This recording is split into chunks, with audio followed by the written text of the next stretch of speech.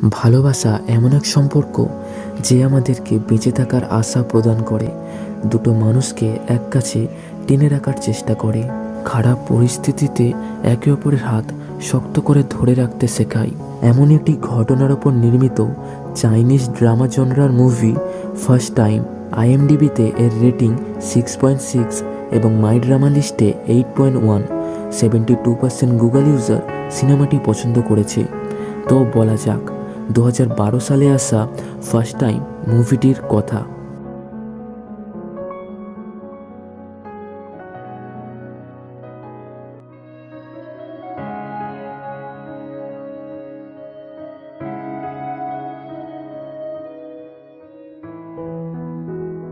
গল্পের শুরুতে আমরা সং নামক একটি মেয়েকে দেখি। তার মা ডক্টরের সঙ্গে কথা বলছিল, আর তারই মাঝে আমরা জানতে পারি সঙের হৃৎপিণ্ড দুর্বল হয়ে পড়েছে। তাই ডক্টরের মতে তার ওষুধের ডোজ বাড়াতে হবে। তবে তার সাইড ইফেক্ট হলো তার স্মৃতিশক্তি অনেক পরিমাণ হলেও কমে যাবে। এরপর আমরা মেলায় একটা কনসার্ট দেখতে পাই। ওই কনসার্টের লিডার হলো গংমিন। গংমিন কনসার্টের শেষে সঙের সঙ্গে দেখা করতে আসে, আর তাদের কথাবার্তা থেকে আমরা জানতে পারি তারা তাদের হাই স্কুলে একসঙ্গে পড়াশোনা করেছে। সঙের তার নাম তো মনে আছে, কিন্তু সে তার চেহারাটা খুব একটা মনে করতে পারছিল না। গংমিং তার নাম্বার সঙকে দিয়ে ওখান থেকে চলে যায়। সং বাড়িতে এসে তার মাকে বলে, এই হাই ডোজ ওষুধ খেয়ে আমার মনে হয় আমার মনে রাখার ক্ষমতা কমে যাচ্ছে। আজ পার্কে আমার হাই স্কুলের একটা বন্ধুর সঙ্গে দেখা হয়েছিল, তবে আমি তাকে চিনতেই পারিনি। সঙের মুখ দেখে তার মা তাকে জিজ্ঞাসা করে, তুমি কি তাকে পছন্দ করো? সং লজ্জা পেয়ে ওখান থেকে চলে যায়। পরের দিন গংমিং ফের থেকে পার্কে এসে সংকে বলে, তুমি আমাকে কল করোনি কেন? আমি সারাদিন তোমার জন্য অপেক্ষা করছিলাম। আর এমনইভাবে তারা কিছুদিন একে অপরের সঙ্গে দেখা করতে থাকে এবং নিজেদের স্কুল লাইফের মেমোরি একে অপরের সঙ্গে আলোচনা করতে থাকে। পরের দিন গংমিং এবং সং একসাথেই ছিল। তখনই সঙের মা এসে গংমিংকে জিজ্ঞাসা করে, তুমি কি কলেজে পড়ো? গংমিং বলে, না, আমি কলেজে অনেক আগেই ছেড়ে দিয়েছি। কথাবার্তার মাধ্যমে সঙের মা জানতে পারে গংমিং সংকে নিয়ে কালকের একটা ডান্স পার্টিতে যাচ্ছে, কিন্তু সং অসুস্থ থাকার কারণে বেশি লাফালাফি করতে পারবে না। তাই সঙের মা সংকে পার্টিতে যাওয়া থেকে মানা করে দেয়। সং তাতে একটু আপসেট হয়ে যায়, কিন্তু গংমিং তাদের ছাদের ওপরে এসে একটা টেপ রেকর্ডারের মাধ্যমে তারা দুজনে একে অপরের সঙ্গে কথা বলে। সঙের মা তাদেরকে দেখে নেয়, তবে কিছু বলে না, বরং গংমিংকে নিচে ডেকে তাদের সঙ্গে লাঞ্চ করতে বলে। সঙের মা গংমিংয়ের কাছে তার বাবা মায়ের ব্যাপারে জানতে চাইলে গংমিং বলে, আমার বাবা মা দুজনেই বিদেশে থাকে। এমনভাবেই তারা একে অপরের সঙ্গে নিয়মিত মেলামেশা করে। সং গংমিংকে বলে, আমি জানি না দৌড়ালে কেমন লাগে, কারণ আমার ছোটবেলা থেকে অসুস্থতার কারণে আমি কখনোই দৌড়াইনি। তারা দুজনে একে অপরের সঙ্গে কথাই বলছিল, তখনই গংমিংয়ের ফোন বেজে ওঠে আর সে ওখান থেকে চলে যায়। তারপর আমরা দেখতে পাই গংমিং গিয়ে দুজন ব্যক্তির মধ্যে ঝগড়া থামায়। শীঘ্রই আমরা জানতে পারি তার মধ্যে একজন হলো গংমিংয়ের বাবা, যিনি মদ খেয়ে ঝগড়া করছিল। এইসবের কারণে গংমিং অনেক হতাশ হয়ে পড়ে। সে সংকে ফোন করে তার সঙ্গে একটা কনসার্টে আসতে বলে। সং খুশি খুশি কনসার্টে যায় এবং সেখানে খুব মজা করে। কনসার্টের শেষে সে অনেকক্ষণ গংমিংয়ের তারে অপেক্ষা করে, কিন্তু গংমিং আসে না। পরের দিন গংমিং সঙের কলেজে আসে আর বলে কাল রাতে সে একটা ঝামেলার মধ্যে জড়িয়ে পড়েছিল, তাই আসতে পারেনি। সং বলে, নিজের ভুলের তারে বিবরণ না দিয়ে সরি বললেই তো হয়, আর যদি বিবরণ দিতেই হয় তাহলে ভালো কোনো বাহানা খুঁজতেই তো পারতে। এক কথায় বলতে গেলে সং গংমিংয়ের ওপর রেগেছিল। গংমিং সঙের মন জয় করার তারে একটা গান গেয়ে তাকে খুশি করে এবং তাকে বলে, তুমি জানতে চেয়েছিলে না যে দৌড়ালে কেমন লাগে? এটা বলার সাথেই সাথে গংমিং সংকে নিজের কাঁধে তুলে নিয়ে চারিদিকে দৌড়াতে লাগে। কিছুদিন পর সঙের বার্থডে আসে, আর এই প্রথমবার সং নিজের মাকে ছেড়ে অন্য কারোর সাথে নিজের বার্থডে সেলিব্রেট করবে। তবে কফি শপে অনেকক্ষণ অপেক্ষা করার পরেও গংমিং ওখানে আসে না। তাই সং হতাশ হয়ে বাসে করে নিজের ঘরে ফিরতে গেলে সে পথে দেখে গংমিং আবার নিজের বাবাকে একটা ঝগড়ার মাঝখান থেকে টেনে নিয়ে আসছে, আর তার পাশেই কেক এবং ফুল পড়েছিল, যেটা গংমিং সঙের তারে নিয়ে যাচ্ছিল। পরের দিন গংমিং সঙের সঙ্গে দেখা করে বলে, আমাদের আলাদা হয়ে যাওয়াই উচিত। আমার জীবনের এমন কিছু অংশ আছে যেটা আমি তোমার কাছ থেকে লুকিয়েছি। তাতে সং বলে, তুমি চাইলে আমাকে এখন বলতে পারো। গংমিং বলে, আমি এখন তোমাকে সেসব ব্যাপারে কিছু বলতে পারবো না। এটা বলে গংমিং সংকে ওখান থেকে চলে যেতে বলে। পরের দিন সঙের মা এসে গংমিংকে কিছু টাকা দেয়, আর এখানেই মুভির আসল রহস্য বোঝা যায়। আসলে গংমিংয়ের নাম আইভি। সঙের মা গংমিংকে অর্থাৎ আইভিকে প্রথমবার একটি ক্লাবে দেখেছিল, যেখানে তিনি তার ওপর অনেকক্ষণ ধরে নজর রাখে।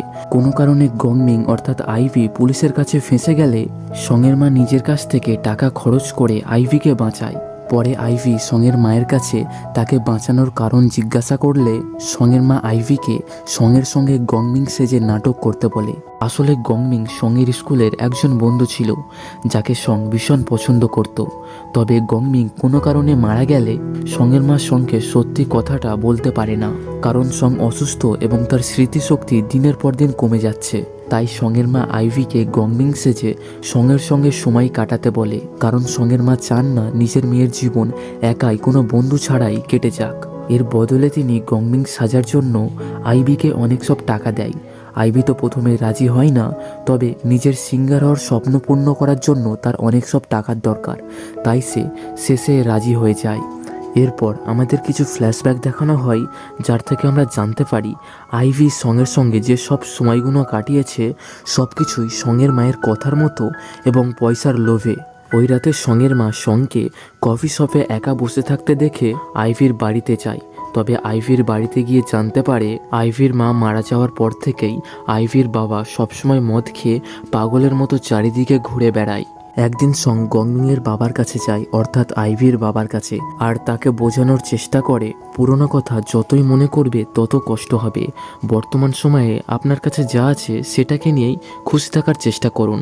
আপনি যেমন আপনার স্ত্রীর মৃত্যুর কারণে কষ্ট পাচ্ছেন, তেমন সেও তার মাকে হারিয়ে কষ্ট পেয়েছে, আর আপনাকে এমন অবস্থায় দেখে সে তো আরও বেশি কষ্ট পাচ্ছে। সঙের কারণে আইভি এবং তার বাবার সম্পর্ক ভালো হয়ে যায়। আইভির স্টুডিওতে তার মায়ের তৈরি করা একটা পুরনো পর্দা ছিল, যেটা সং পরিষ্কার করে সেলাই করে দেয়, যেটা দেখে আইভি ইমোশনাল হয়ে সংকে জড়িয়ে ধরে। একসময় সং আইভিকে বলেছিল তার ডান্স শেখার ইচ্ছা আছে, তাই আইভি তাকে একটি ডান্স ক্লাসে ভর্তি করে দেয়।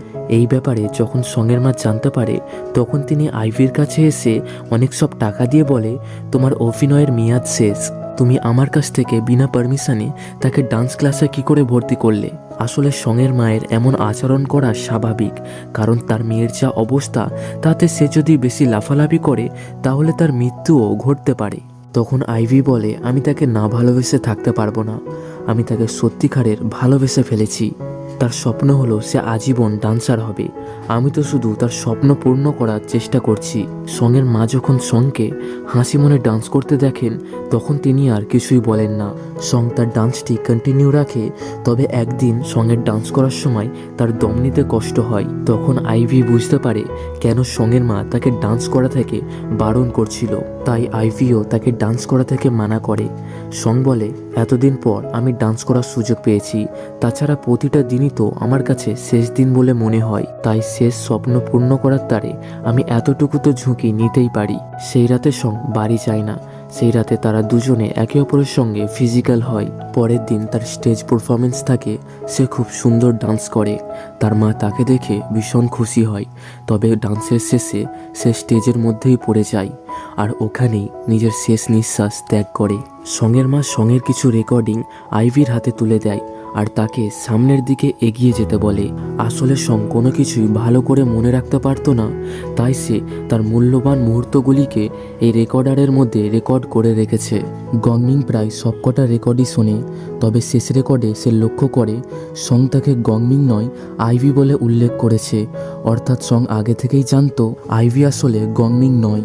আসলে আইভির সঙ্গে দেখা হওয়ার 4 বছর আগে সং জানতে পারে গংমিং একটা গাড়ি অ্যাক্সিডেন্টে মারা গেছে। তবে সে আইভি এর মধ্যে কিছু গংমিং এর আচরণ লক্ষ্য করে এবং তাকে মন থেকে ভালোবেসে ফেলে। কিন্তু এত ভালোবাসার পরেও সৃষ্টিকর্তা তাকে নিজের কাছে ডেকে নেয়। আর এই মুভিটি এখানেই শেষ হয়ে যায়। আশা করি আপনাদের ভিডিওটি ভালো লেগেছে।